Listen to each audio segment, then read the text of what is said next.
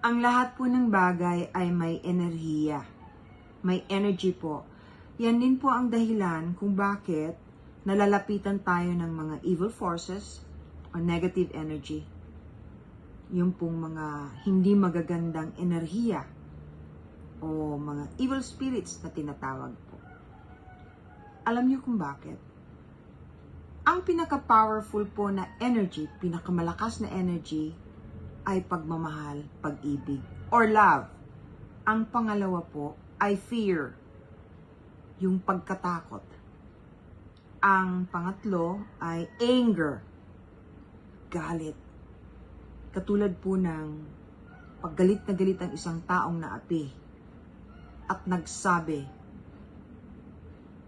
kahit anong sabihin niya, dala ng galit, dala ng pagkaapi, at siya ay sumumpa, ito po ay tumatalab. Kasi may energy po yun. Ang lakas po nun. Yun ang dahilan kung bakit pag may sumumpa na totoong may emosyon ng matinding galit, pagdaramdam dahil sa pagkaapi o nagawa ng pagkakamaling hindi mapatawad, ito ay tumatalab. Yan po, energy po yan. Tandaan niyo po yung mga sinasabi ko. Meron pa pong ibang klaseng energy. Katulad po ng pera, money, energy rin po yan. Kaya dapat ang pera ay ginagalang din. Ano po? Yun pong kung minsan, ewan ko kung napapansin ninyo, lalo na dun sa mga hindi naniniwala sa reincarnation, ano po? Hindi nyo ba napapansin na kung minsan merong taong galit na galit kayo o hindi ninyo talaga gusto, wala namang ginagawa sa inyong masama.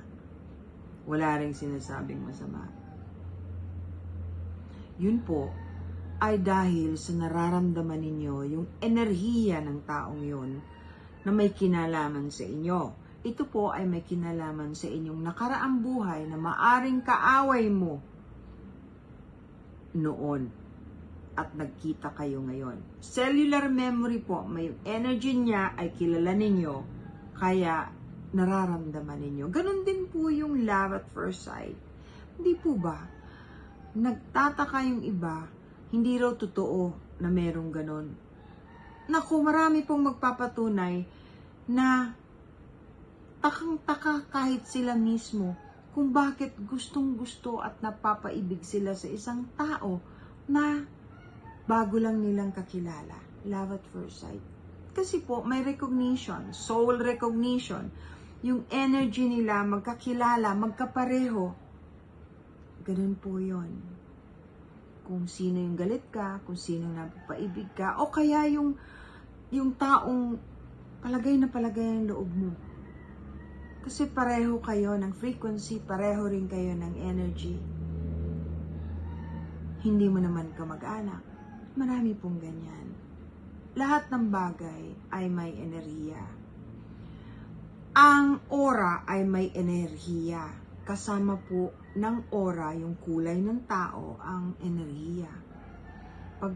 Hindi ba pagka pagod tayo, sinasabi po natin, lobat ako wala akong energy, hindi ko kayang sumama sa inyo. Ganon din po yun. Ang katawan ng tao ay may energy. So, tatandaan ninyo po, kunyari may kinalaman po ito sa astral traveling yung pong mga estudyante ko, alam nila na hindi nila dapat katakutan kung meron man silang masalubong na evil entities, negative entities, o any entity in particular na hindi nila gusto. For as long as hindi nila pinapakain, they don't feed the entity with fear. Yung fear po kasi pagka natakot ka, energy po yan, and they love that energy. The more na natatakot ka, the more na lumalakas po sila. The more po na maari ka nilang matakot, takutin. Actually, hindi kayo nila magagalaw kahit anong mangyari hanggat hindi kayo pumapayag, hanggat hindi ninyo sila ina-acknowledge. Kung gusto man ninyong i-acknowledge yung mga katulad yan, diretso ninyong sasabihin, hindi mo ko kayang galawin. I belong to Jesus Christ. I have a God. O yung something similar. You tell them that you pray. Prayer pa rin po ang the most important eh. Hindi ba? Ewan ko sa inyo no po, pero dapat turuan ninyo yung mga bata ninyo na pagka natatakot sila, may kinatatakutan, magdasal lang.